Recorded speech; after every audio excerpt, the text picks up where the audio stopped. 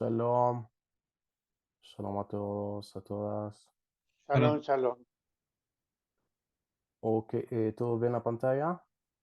Sí, señor, se ve bien. Ok, perfecto, gracias. No, por favor. Bueno, solo vamos a hacer un pequeño repaso de lo último que vimos. Me disculpo por no haber estado la semana pasada. Eh, bueno, por motivo de fuerza mayor.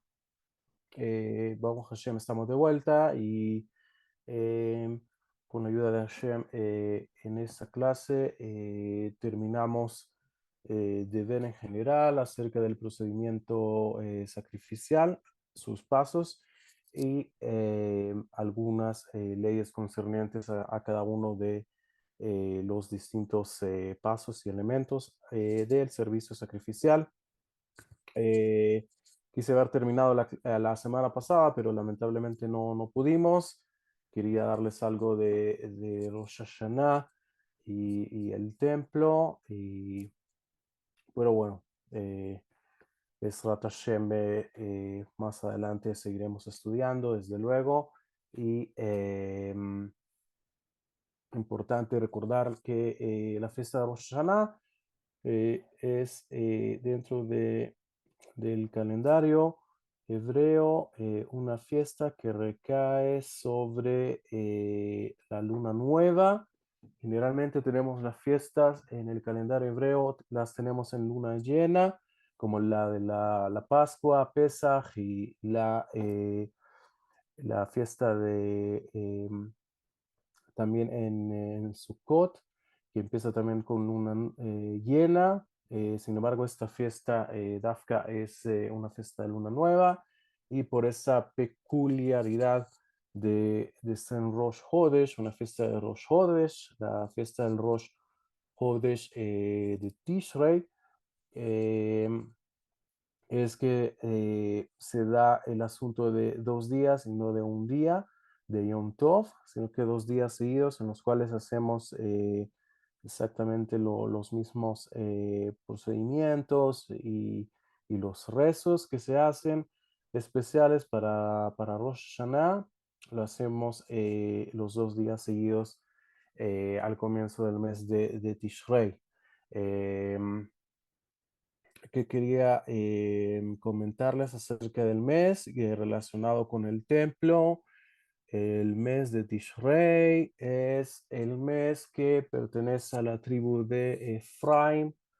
Como ustedes saben, la tribu de Efraim es una tribu muy importante en Am Israel, en quien hasta el día de hoy pues ha dejado un legado. Es una tribu que también tuvo y ha tenido Malhut, un reinado.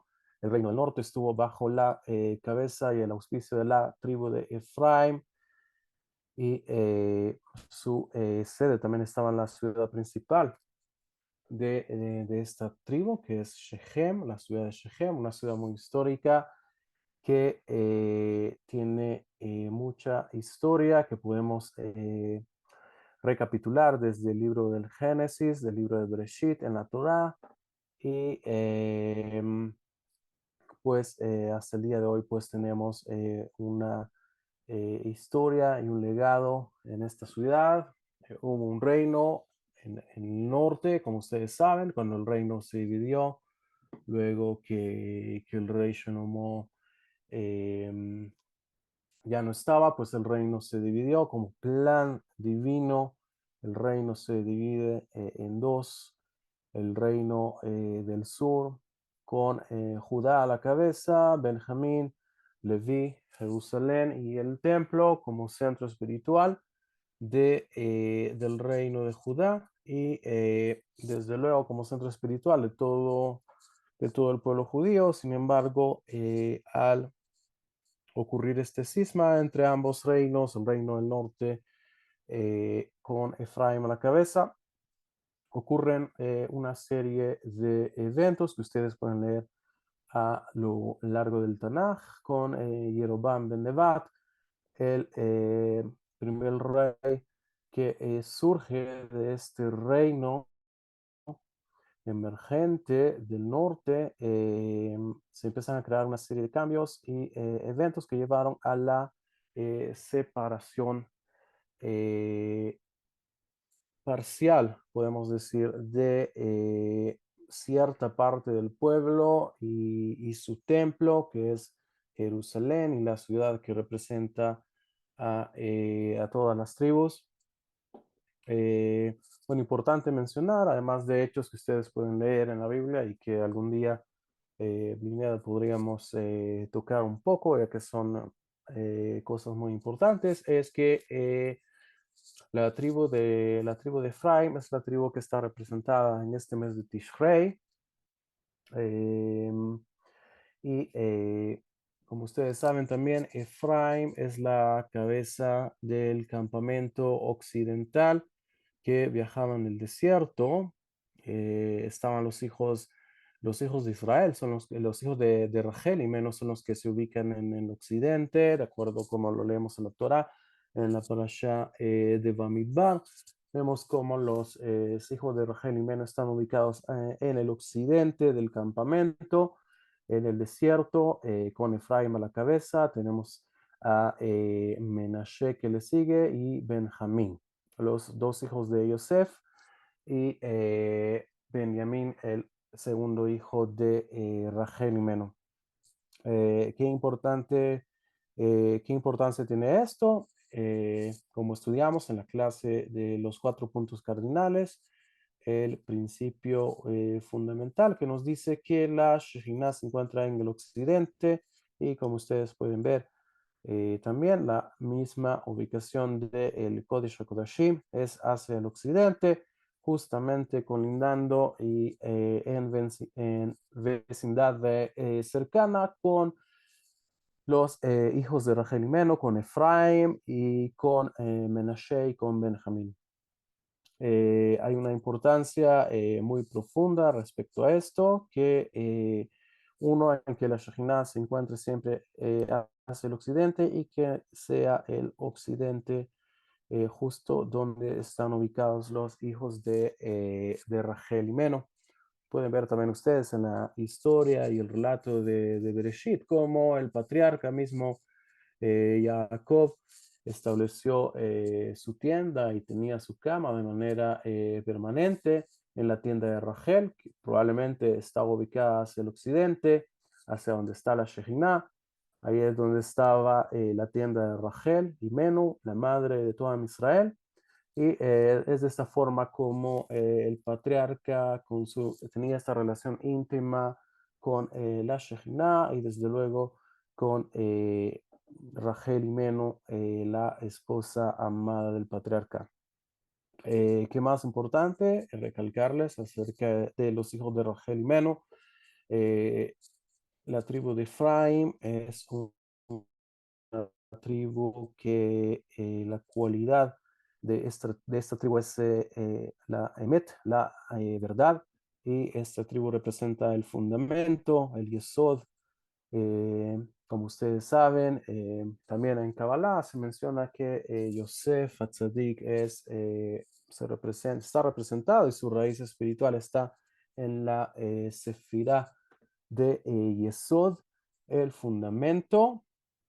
Y Efraim, como heredero de esta cualidad de Yosef, representa esto para Israel, el fundamento, el Yesod.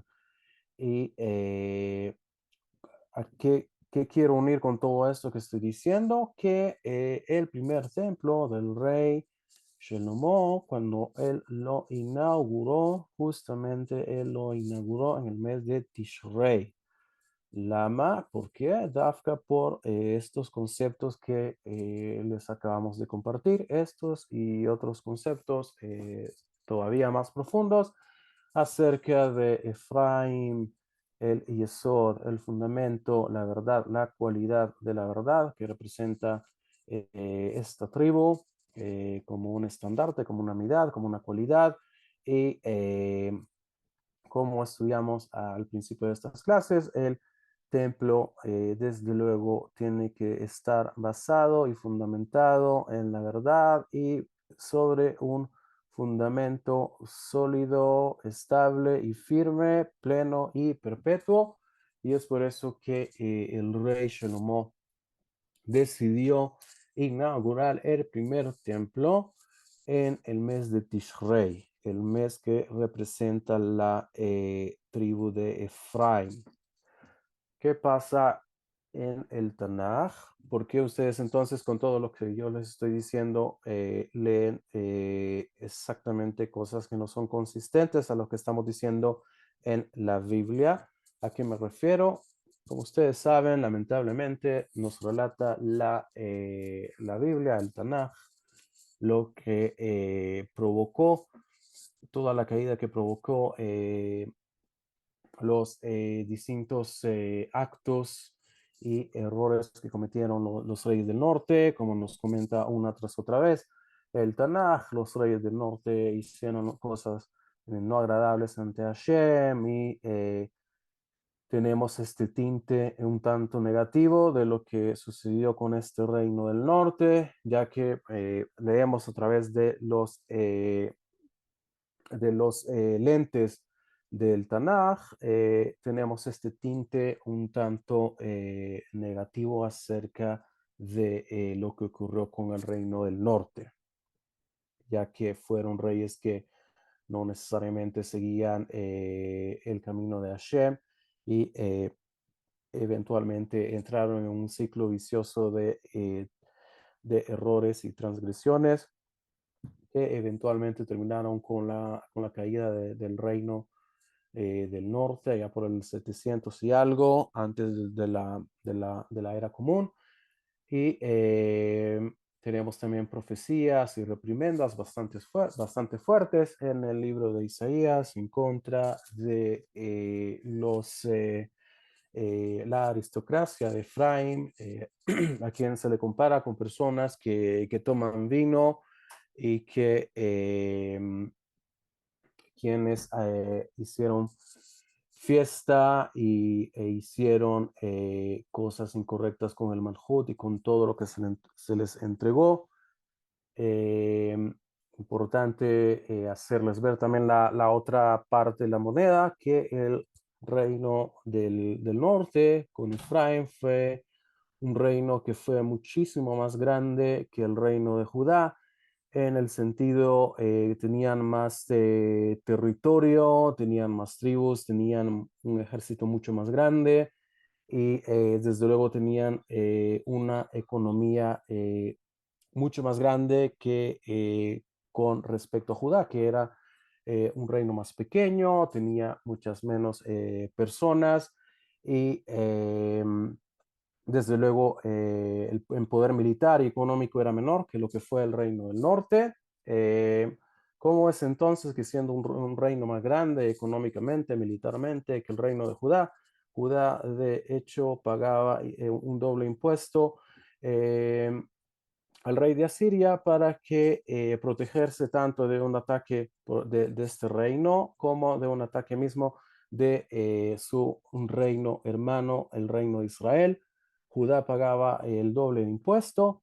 ¿Y cómo es entonces que siendo el reino de Israel, lo que fue el reino de Israel, toda la importancia que tuvo en economía, en milicia y todo lo que llegó a desarrollar, en todo lo que estuvo este reino, cómo es entonces que quedó bajo la sombra de Judá en la Biblia? Se da justamente por eso la verdadera grandeza de Am Israel y el propósito del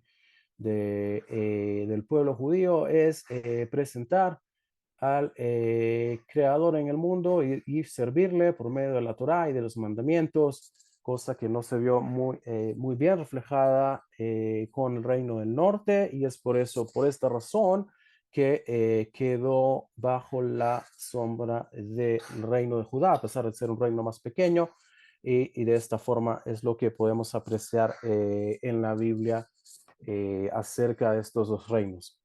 Me disculpo un momento, por favor.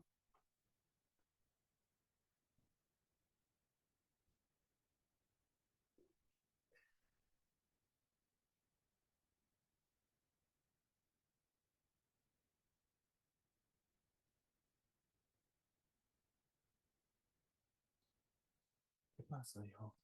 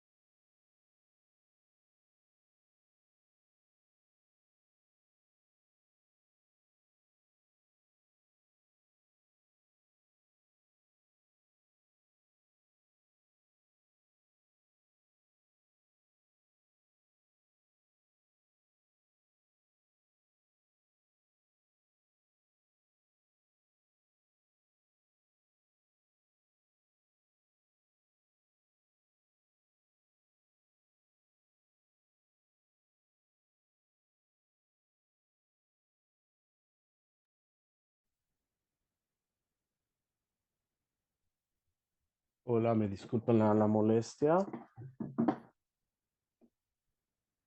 Bueno, decíamos entonces, hablamos un poco acerca de los dos reinos y cómo justamente el reino de Efraín, siendo un reino tan grande en poder económico, con todas las bendiciones que recibió Yosef, podemos ver cómo la abundancia material siempre se encuentra con los descendientes de Yosef. Eh, y bien, si tuvieron muchísimo poder e influencia material en el lugar, en la zona, y muchas relaciones internacionales con demás reinos, y que llegó a ser un reino muy reconocido por muchas naciones. Y de hecho hay registros en la arqueología asiria acerca del reino de Israel, eh, específicamente de un rey que se llamó Omri. ¿Cómo es entonces que en la Biblia no podemos percibir esto? Es justamente por eso, ya que a través de los lentes del Tanaj, de la Biblia, pues nosotros leemos lo que lo que sería la historia espiritual de Am Israel, y no exactamente una narrativa estrictamente histórica o estrictamente de índole que quiera transmitirnos un mensaje acerca de poder o materialidad, ¿no? La razón del Tanaj, y por lo cual se escribieron las profecías es justamente por cumplir con el objetivo del pueblo judío y su espiritualidad, que eso es su mayor regalo y su mayor trascendencia, poder dar a conocer al Creador a todas las naciones. Y esto pues se cumplió desde luego a través del servicio en el templo, y quien tenía la ventaja de tener el templo en sus manos fue el reino de Judá. Y como vemos entonces fue a través de los profetas que vivieron en regiones, en la región de Judá, exceptuando algunos profetas, desde luego que no vivieron en el reino de Judá, como el profeta Jonás y Oná, de hecho que él vivió en el reino del norte y no en el reino de Judá. Pero en general tenemos que los principales profetas, los más grandes y las profecías más grandes que se conocen son de profetas que en su mayoría fueron sacerdotes. Tenemos el profeta Yeshaya, que fue miembro de la aristocracia misma de Judá. Y bueno, vemos cómo de esta forma se sella el reino de Judá y la casa de David para siempre, y cómo la materialidad, la opulencia, el poder económico, militar, queda bajo la sombra de Judá. Y nos trae pues este mensaje, que lo importante para Hashem es que podamos cumplir nuestro objetivo en el mundo, que es transmitir la luz espiritual, como lo hizo Abraham Avino.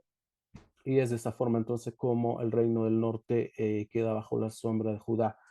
Sin embargo, hay que rescatar varios puntos acerca del reino del norte. Una, que si bien la cabeza y la autoridad, no necesariamente cumplía la voluntad de Hashem, no todo el pueblo y los miembros del reino del norte hacían también lo mismo que la cabeza. Eso no es así, nunca fue así y tampoco ha sido así. Lo podemos leer en el relato de Eliyahu, como justamente él se queja que el pueblo abandonó a Hashem, abandonaron el pacto y como Hashem mismo le muestra que hay 7,000 personas que no se inclinaron ante Baal y como siempre hay este remanente y este grupo de personas que siguen siendo fieles al Creador, fieles a la Torah, fieles a las mitzvot. Esto lo vemos y aprendemos una y otra vez de los relatos que si bien nos dice la narrativa del Tanaj, que la cabeza de repente no estaba muy bien, ya que los reyes hacían cosas desagradables delante de Hashem y transgredían, pero no podemos generalizar y decir que todo el pueblo hacía lo mismo, ya que no fue así, nunca fue así, tampoco ha sido así a través de la historia del pueblo judío. Eh, Algo más que podemos rescatar, siempre hubo miembros distinguidos de la tribu de Efraim que estaban en contacto con el templo, siempre subían a las fiestas de peregrinación y como lo cuenta el Ramban, Nachmanides en su libro Sefer Geulah, su hermano Benjamín solía hospedar a miembros de la aristocracia de Efraim en su territorio, ya que como ustedes saben, la mayor parte de Jerusalén se encuentra en territorio de Benjamín y también el Tanaj nos cuenta y también Midrashim como las hijas de Yosef, de los reyes de Efraim, se casaban con los reyes de Judá y viceversa, las hijas de los reyes de Judá se casaban con los reyes del norte y siempre hubo una relación entre ambos reinados, ambas aristocracias. Siempre hubo una relación y esto fue así hasta el exilio de Babilonia.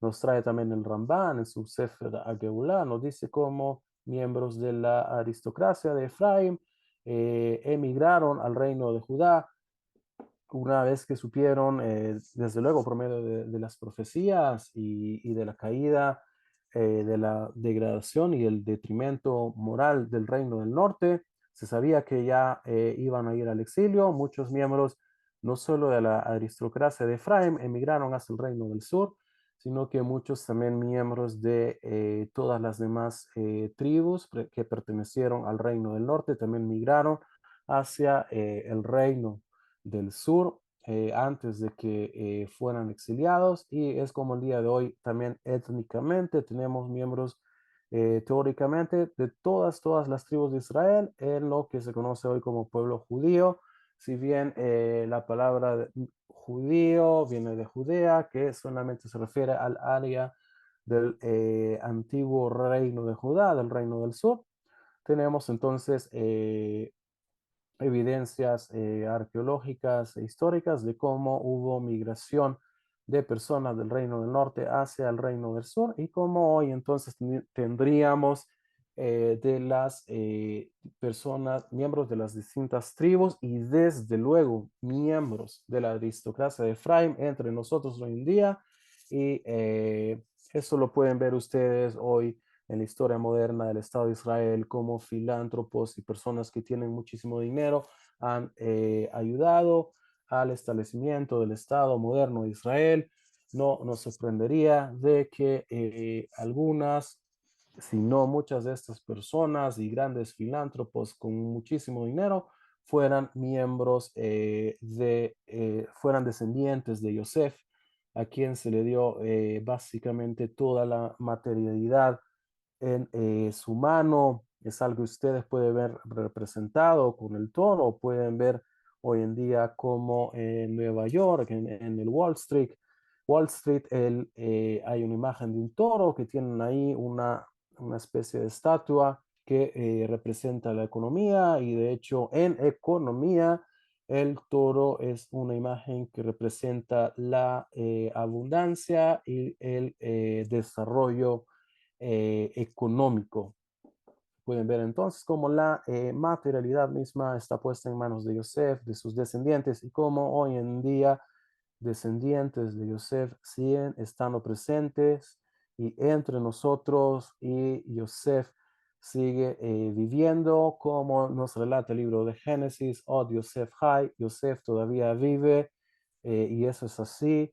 Yosef está vivo, está entre nosotros y sigue cumpliendo con su trabajo y con su propósito en el pueblo de Israel, a pesar de haber sido exiliado el reino del norte y desde luego diezmada la tribu de Efraim y Menashe también, que fue al exilio, ambos hijos de Yosef. Sin embargo, tenemos hoy una representación de hijos de Yosef dentro del pueblo de Israel hoy, y lo podemos ver y apreciar personas como tanto espiritual como materialmente colaboran y dan sus aportes a lo que es hoy la modernidad en Israel. Eh, bueno, Bezrat Hashem, podamos nuevamente ver los descendientes de Yosef y conocerlos, y con la construcción del tercer templo. Y recordar entonces que este mes de Tishrei, el que comienza con Rosh Hashanah, es el mes de la tribu de Efraim, y que su cualidad o su midá es la emet, la verdad, y vimos como Dafka, al dañar por alguna transgresión esta midá de la verdad, fue que se desmanteló y se vino abajo el reino del norte, lo que dio inicio a que eventualmente, solo siendo una cuestión de tiempo, también el reino de Judá, su hermano, tuviera el mismo destino muchos años después, pero solo era una cuestión de tiempo, ya que si no está el fundamento, que es Efraim y la cualidad de la verdad, ya no estaba, el reino del norte ya no estaba, ya solo era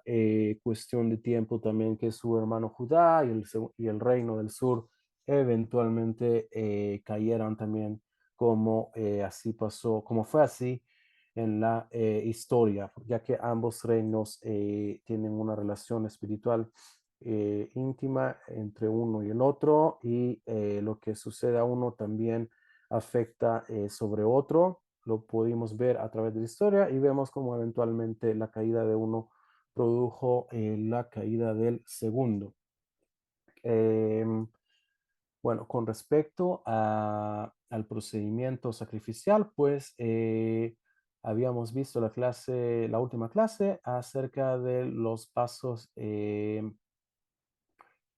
básicos. Hablamos de la Shejitá, no vamos a hablar más de esto. Hablamos de la Kabbalah, hablamos de la Holajá, hablamos de la Zeriká, cuatro procedimientos fundamentales que sin ellos el sacrificio no es válido, como lo trae la Mishnah en el Tratado de Zebahim. Hablamos también del lugar donde se rocía la sangre, hablamos del Hutasikra, no vamos a extendernos más en esto. Hablamos también del Yesod, de la base del altar, donde se rocía el resto de la sangre. Hablamos también de la Actarata y Murim, la quema de los órganos internos.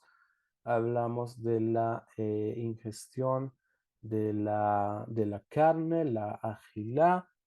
em, Hablamos un poco del Mishkan y a dónde el Cohen Gadol comía de la carne de los Kodashim, de los sacrificios en tiempos del Mishkan. Hablamos un poco también de, eh, de la historia del Mishkan, que posteriormente de Sot Hashem vamos a hablar un poco más del Mishkan. Y como ustedes saben, estuvo también en un lugar muy importante. Hablamos de Shiloh, otro lugar importante, un lugar también arqueológico. Ahí estuvo el Mishkan, no poco tiempo, estuvo 369 años en pie en Shiloh, en territorio de Efraim, que está en el borde entre su territorio y el territorio de Benjamín, el lugar de Shiloh. Ahí estuvo también el Mishkan. hablamos también de los sacrificios de aves y cómo se les hace lo que se conoce como melicá. En vez del faenado, en vez de la shejitá, se les hace la melicá. Decíamos que también las aves no se parten completamente, sino que se les deja unidas de alguna forma y de esta forma se presenta directamente del ave, su sangre se salpica en el altar, hablamos de esto y hoy pues ya para terminar, mencionar algunas descalificaciones e invalidaciones de los sacrificios. Dentro de las descalificaciones tenemos alguna descalificación de parte del Cohen, algo que él hace. El Cohen debe de, decíamos también en clases anteriores, debe de carecer de defectos físicos, debe de servir en estado de pureza ritual, debe de vestir las ropas de servicio durante el servicio sacrificial, debe lavar sus manos y pies en el lavatorio, en el kior, antes del servicio, también después del mismo. Este acto de lavado de manos y de pies se conoce como kiddush. Y este kiddush es fundamental e importante antes de comenzar el servicio sacrificial, una vez que el Cohen, desde luego, ha verificado su estado de pureza y puede entrar al patio de los sacerdotes y se ha puesto sus vestimentas sacerdotales que le conciernen a él, de acuerdo a su medida, de acuerdo a su talla, y tiene sus 4 vestimentas básicas que se conocen como vestimentas blancas, las mencionamos en clases pasadas, y una vez que todo esté en orden, pues ya puede empezar con el servicio. Luego, luego que se han hecho en ese día, se hacen desde temprano lo que se conocen como payesot, que son, que son como rifas o sorteos que se hacen. Es un sorteo que se hace a a la guardia de sacerdotes que va a servir en ese día para ver y determinar qué sacerdote va a brindar determinado servicio para ese día y entonces todo puede salir a la marcha y cada uno presentar y empezar su servicio en el templo. Con respecto a la shejitá del animal, decíamos y hemos reiterado ya varias veces que puede ser hecha incluso por alguien que no es Cohen. Sin embargo, la melicá de aves y la kemitzá, recordemos la kemitzá, que es el acto de extraer un puñado de harina que ha sido preparada con aceite y con un poco de levoná, con un poco de incienso. Este acto solamente lo puede hacer un Cohen, como lo trae el tratado de Zebahim en la Gemara. Entonces tenemos que dentro de las descalificaciones e invalidaciones eh, pueden ser actos que realiza algún Cohen de manera inadecuada y que por eso invaliden el sacrificio o lo que se esté presentando en ese momento. Con respecto a los animales descalificados para el sacrificio, el impedimento más común que un animal, o sea, que descalifica a un animal es un defecto físico, eh, lo que se conoce como MUM o de un miembro. Hay varios defectos físicos que nos trae el Rambam. De repente más adelante los estudiamos, ya que no son pocos, sino que son varios y hay que estudiarlos. Sin embargo, la causa más común por la cual un animal queda invalidado sería por un defecto físico que tenga el animal. Hay varios tipos de defectos y de acuerdo a su naturaleza tenemos que son temporales o permanentes. En caso de que el defecto sea temporal, el animal puede ser ofrecido luego que ha sanado del mismo defecto. Sin embargo, si tenemos un defecto que es permanente y que sabemos que el animal no se va a recuperar de él, En ese caso, pues el animal queda descalificado para siempre y no se podría ofrecer. Y en caso que el animal ya haya sido consagrado para el templo, pues el animal tendría que venderse y con esa ganancia pues habría que cambiarlo por otro animal que no tenga defecto y de esta manera hacer esta temurá, este intercambio y ofrecer este segundo animal sin defectos en vez del primer animal que ya quedó descalificado y hay ciertas leyes y regulaciones especiales aún a los animales que fueron adquiridos y que fueron rescatados, ya que adquirieron algún defecto. Hay ciertas regulaciones, ya que recordemos que son animales que fueron santificados para el templo. Teníamos en caso de que un animal que mató a una persona o que fue usado para un acto perverso, como lo trae también el Rambam y la Gemara, Rovea, Benirevá, o que fue objeto de idolatría o que fue dedicado a la idolatría, también está descalificado el animal, ya que no se puede ofrecer en un estado así, no se puede traer o consagrar al templo. Tenemos invalidaciones debido a intenciones inapropiadas. Vimos entonces invalidaciones por medio de que el Cohen mismo invalida el acto, invalidaciones del animal, y ahora estamos viendo invalidaciones debido a intenciones impropias.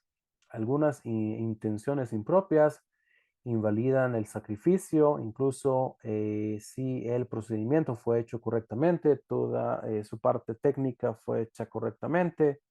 Eh, Sin embargo, hay intenciones que invalidan el sacrificio. Tenemos 4 intenciones que invalidan el sacrificio. Tenemos la que se llama Shelol Ishma, que no fue hecho por el propósito que tenía que cumplir.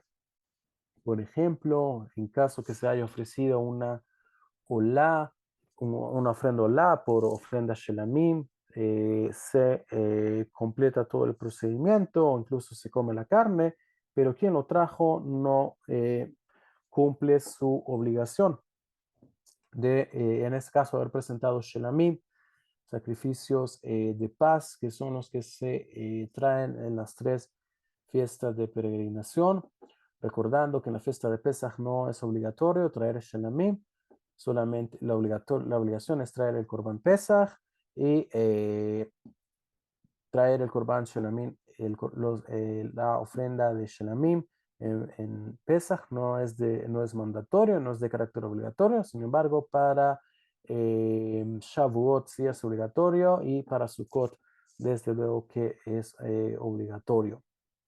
Tenemos entonces que en caso que se cometió el error de haber ofrecido un shelamim, de haberlo hecho como una olá, entonces la persona que trajo el animal como un shelamim no cumple con su obligación de haber traído un sacrificio de paz y tendría que en este caso presentar otro animal y presentarlo con la intención adecuada.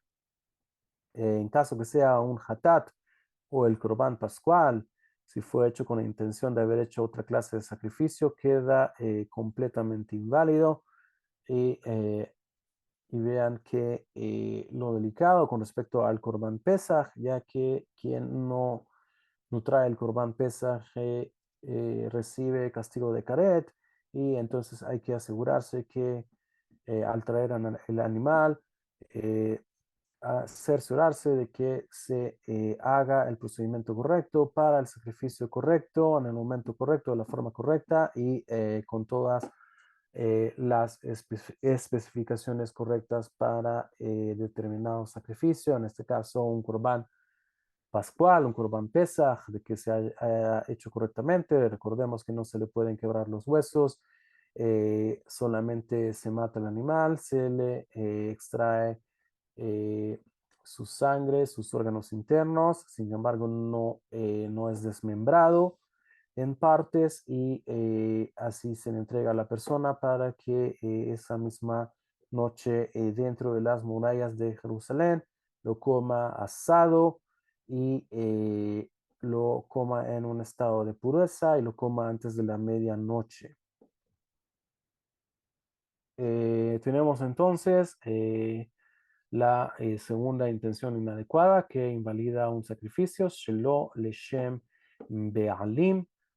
Una ofrenda debe ser hecha en nombre de quien la trae. Vimos también en la clase antepasada acerca de la semijá, la imposición de manos que debe ser hecha por la persona que es dueña del animal y no por algún representante ni por una segunda o tercera persona, sino que quien eh, trae o está obligado a traer el sacrificio es quien debe de hacer la semijá, la imposición de manos y reclinarse con toda su fuerza sobre el animal y hacer así el vidui, le devadé, hacer la confesión acerca de por qué está trayendo el sacrificio y hacer directamente la confesión a Hashem y no por medio del sacerdote. Si no fue hecho en nombre de quien lo trae, entonces el sacrificio en sí es válido. Sin embargo, el dueño no sale de su obligación de presentar determinado sacrificio en caso de que no se haya hecho en nombre de fulano, fulano de tal, de determinada persona. Si no se hizo en nombre de él, a pesar de que se ha hecho todo técnicamente correcto y que el sacrificio en sí sea válido.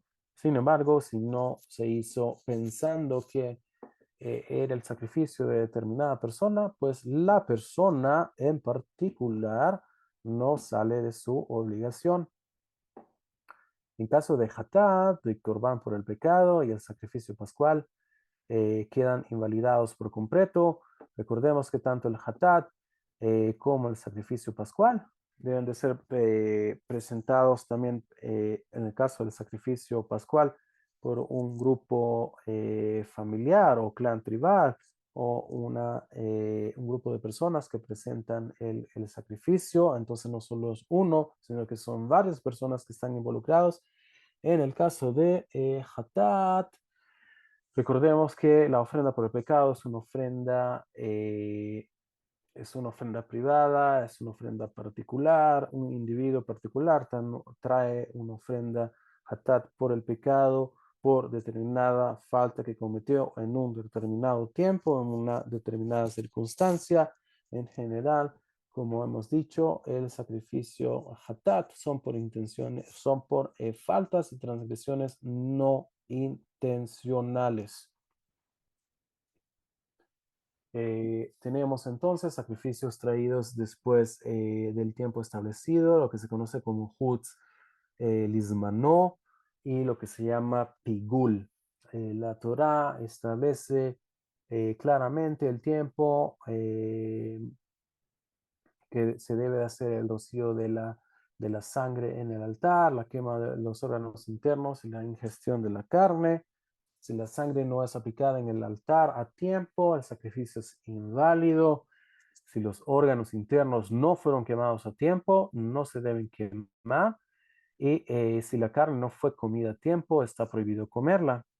Incluso usar partes de un sacrificio que no fue completado a su tiempo es prohibido.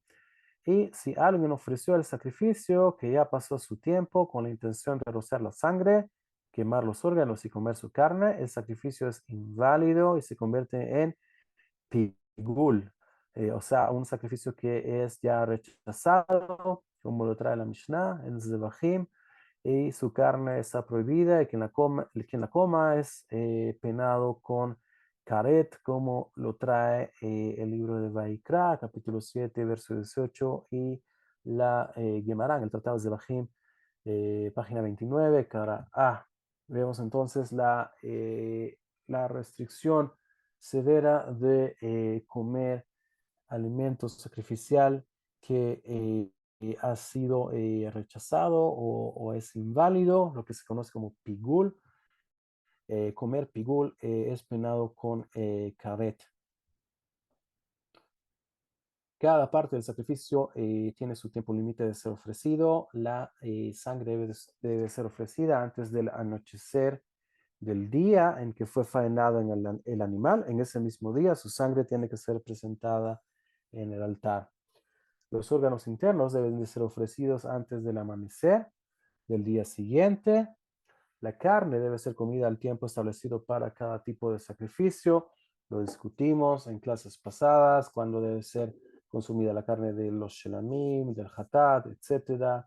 Lo pueden revisar en el material. Y incluso si solo una parte del sacrificio es completado fuera de su tiempo, invalida todo el sacrificio y comer su carne es penado con karet, ya que se convierte en pigul, o sea que no se puede hacer en partes. Un día se hace algo y se completa al siguiente día otra parte. Eso invalidaría retroactivamente todo lo que se hizo anteriormente y si se come hasbe shalom de la carne, pues ya que se convirtió en pigul, como dijimos, pigul, comer carne de pigul es penado con karet fuera del lugar, como tenemos la sangre de los sacrificios debe ser rociada en el altar y los órganos deben ser quemados también en el altar. La carne de los kodshei kodashim debe ser comida dentro del patio de la azara, como vimos en las imágenes también del Cohen parado comiendo la carne. Y la carne de los kodashim kalim, los de menos santidad, debe de ser comida dentro de las paredes de Jerusalén. Si la persona que hace el trabajo esencial del sacrificio tiene la intención de verter la sangre en un lugar que no sea el altar, quemar los órganos en un lugar que no sea el altar y comer la carne en un lugar que no sea el adecuado, el sacrificio queda inválido. Sin embargo, no hay pena de caret, como en el caso de Pigul, una vez que ha sido invalidado un sacrificio.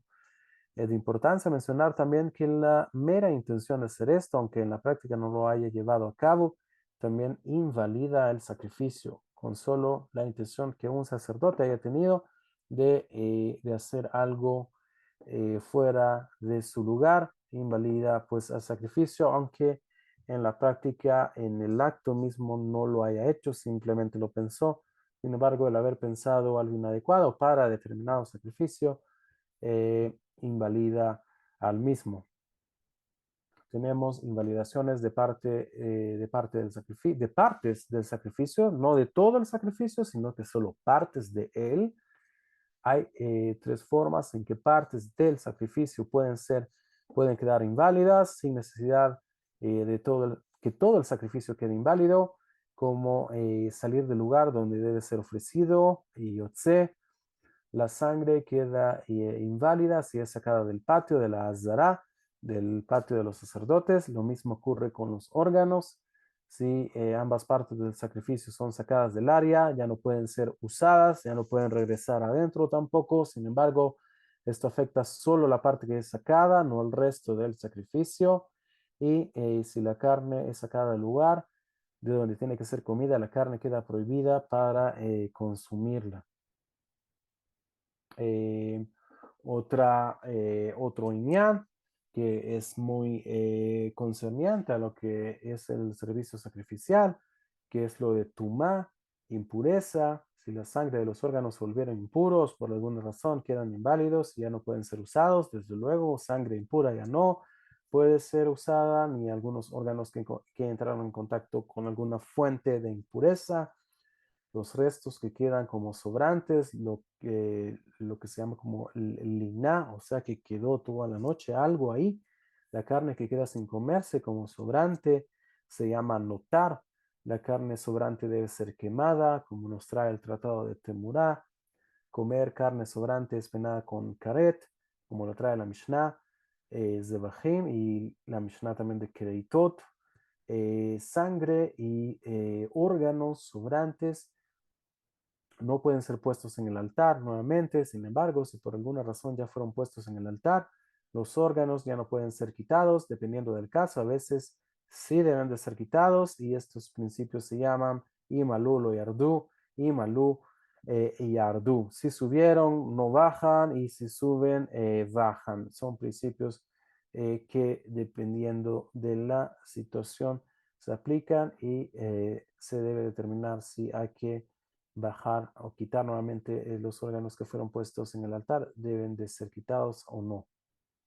Y para terminar esta parte, las invalidaciones a través del servicio mismo, si el acto sacrificial fue en alguna de sus etapas hecho de manera incorrecta, queda inválido por completo. Y tenemos, por ejemplo, si fue hecho por una persona inadecuada o fue hecho de noche, o si el faenado del animal fue hecho en el lugar inadecuado. Recordemos que los sacrificios de mayor santidad, su faenado es en el norte y no en otro lugar. Sin embargo, los sacrificios de menor santidad, los Kodashim Kalim, el faenado puede ser en cualquier lado de la Azara. Bueno, esto con respecto a generalidades de las invalidaciones del procedimiento sacrificial. Y con esto, con la ayuda de Hashem, terminamos esta parte acerca del servicio sacrificial.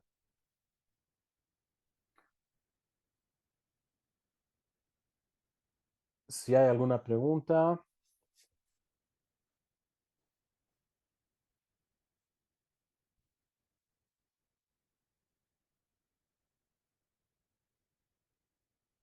No, de mi parte, Eh, ninguna pregunta. No sé, Rodrigo. bueno, muchas gracias, doctor. Y una pregunta, ¿esto lo compartirá el PDF en el grupo, Sí, sí, por sí. casualidad? Sí, sí, Besrat Hashem.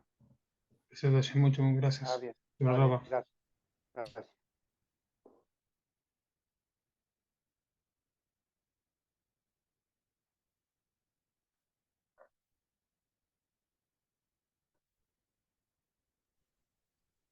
Eh, More, Shalom More, una consulta. Shalom.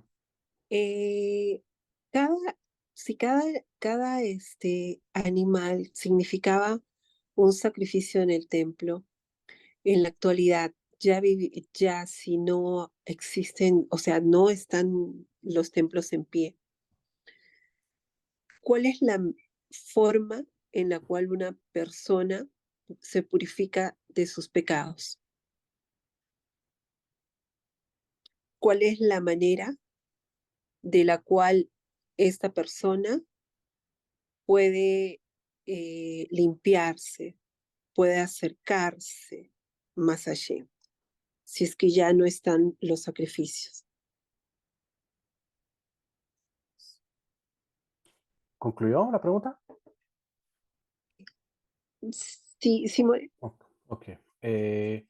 Bueno, hay varias palabras claves dentro de la pregunta. Una, usted mencionó purificarse, y la otra que mencionó fue acercarse. Ok. Con respecto a leyes de pureza e impureza, ¿qué sucede con esto hoy?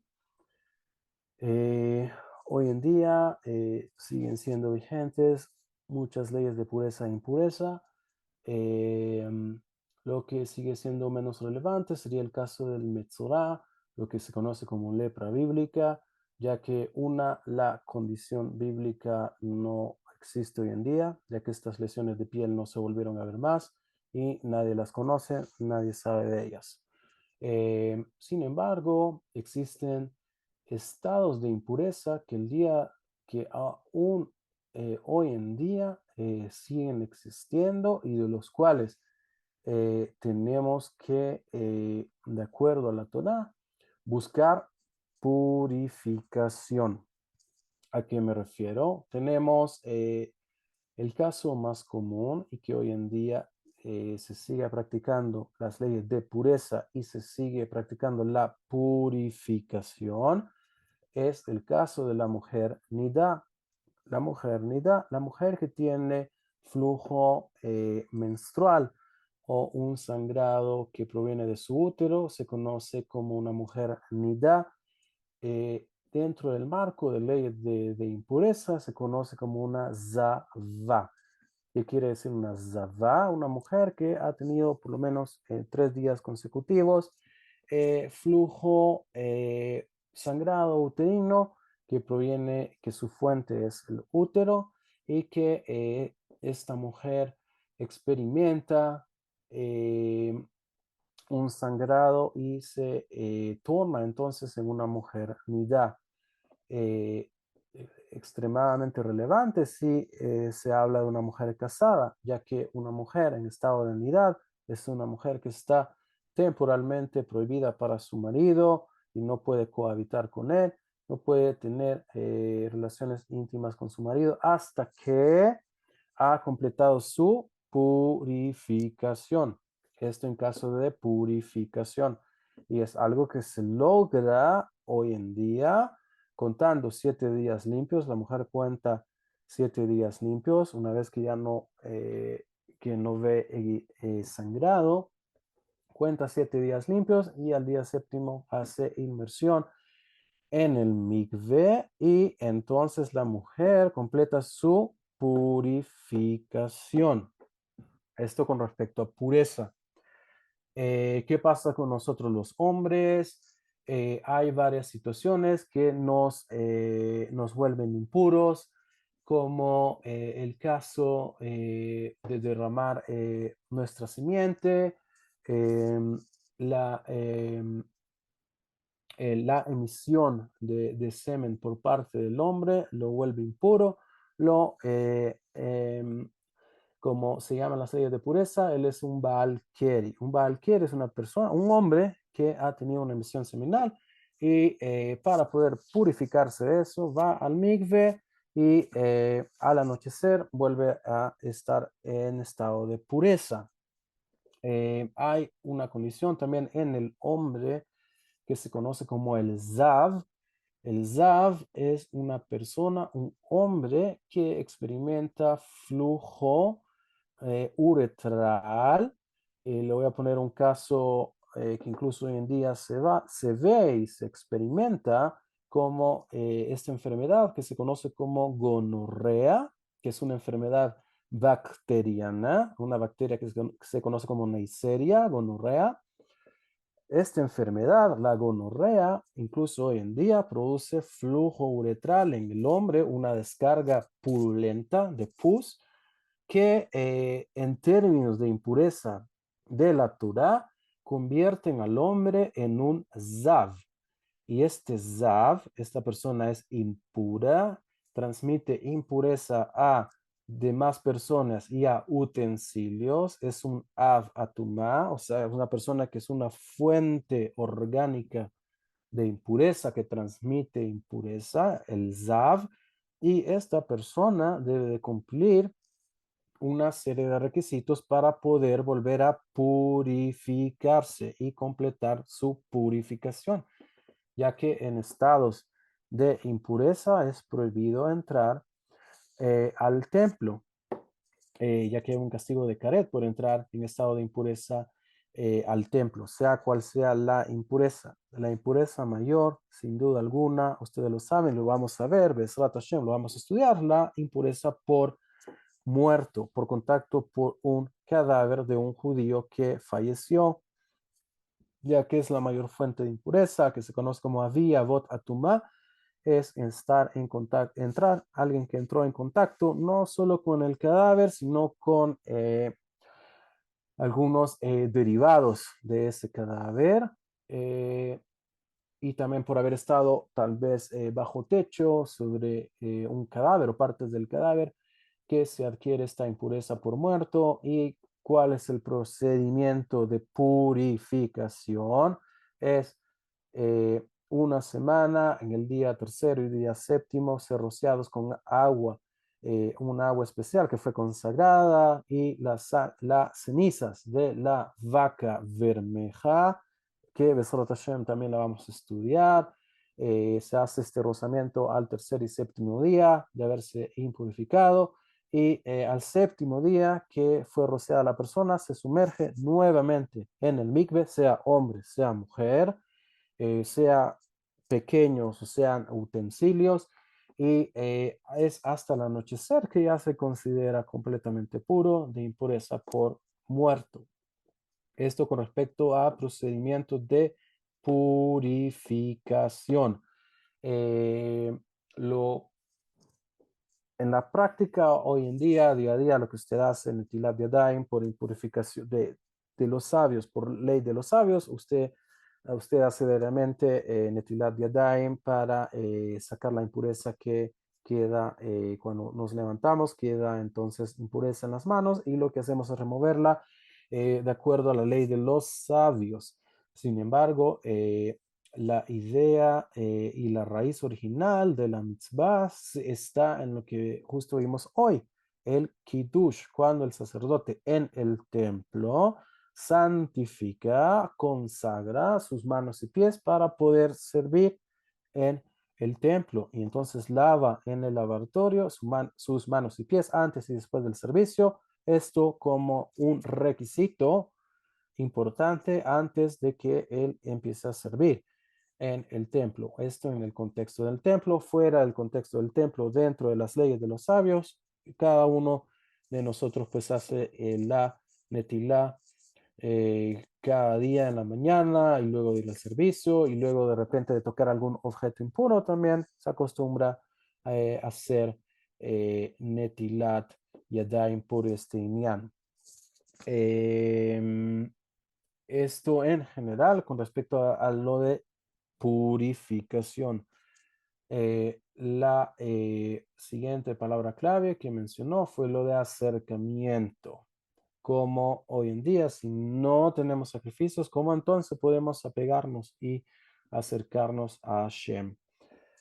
Como decíamos en clases anteriores, si bien los sacrificios animales nos traen una herramienta invaluable y una ayuda para poder acercarnos y movernos hacia el Creador de manera más expedita, no es la única manera que tenemos, afortunadamente, ya que hoy no tenemos sacrificios ni tenemos lo que sería la otra palabra clave, capará, o sea, expiación por medio de derramamiento de sangre de animales que hacen una temurá, o sea, un intercambio de nuestra sangre por la sangre del animal. Y por esta temurá, este intercambio, el rociar la sangre del animal en el altar es lo que produce la capará, o sea, la expiación. ¿Cómo se consigue expiación hoy en día? Por medio de la shuvá, por medio de arrepentirse, que es al fin y al cabo lo que usted de todas maneras tendría que hacer si presenta un animal en el templo. De todas maneras tendría y estamos todos obligados a volver en shuvá y arrepentirnos de nuestros malos actos, ya que fue nuestro mal acto lo que llevó a presentar el sacrificio y no otra situación. Ya es algo interno que está en nosotros, haya o no haya templo, es algo interno que vive dentro de nosotros, este instinto a errar y a cometer errores y transgresiones. Y es el camino de la shuvá, del arrepentimiento, lo que nos acerca al Creador, un arrepentimiento genuino, tefilá, peticiones al Creador, de poder mejorar nuestras cualidades y de poder de esta manera sentirnos, algo, es una experiencia que lo hace, que tiene que ser el ser humano, sentirnos nosotros, sentirnos cerca del Creador, ya que de todas maneras el Creador está en todas partes. Sin embargo, somos nosotros quienes sienten subjetivamente ese alejamiento entre nosotros y el Creador. Sin embargo, es una experiencia que viene desde usted y va de como un feedback hacia usted mismo, usted misma, de poder sentirse nuevamente cerca del Creador, cuando de todas formas el Creador está en todos lados y es omnisciente y omnipresente y está consciente de todo lo que pensamos y todo lo que hacemos a toda hora, en todo momento. Entonces no hay ningún higayón o ningún sentido en este aspecto de sentirse alejado del creador cuando él siempre está ahí.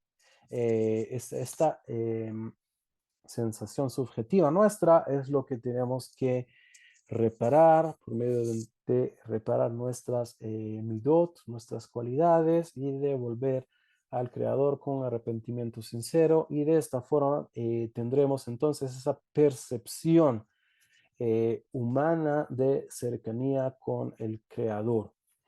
Esto es lo que podría decirle con respecto a su pregunta, y bueno, gracias a todos los que participaron hoy. Gracias, Jure. Voy a revisar el Gracias. material, de repente corregir algunos errores o algunas cositas que quedaron por ahí, y Besrat Hashem, enviárselos para que puedan revisarlo. Besrat Hashem, creo que Gracias. el otro lunes es todavía Rosh Hashanah para ustedes, entonces creo que no nos veríamos, si no me equivoco. Tenemos Shabbat Rishon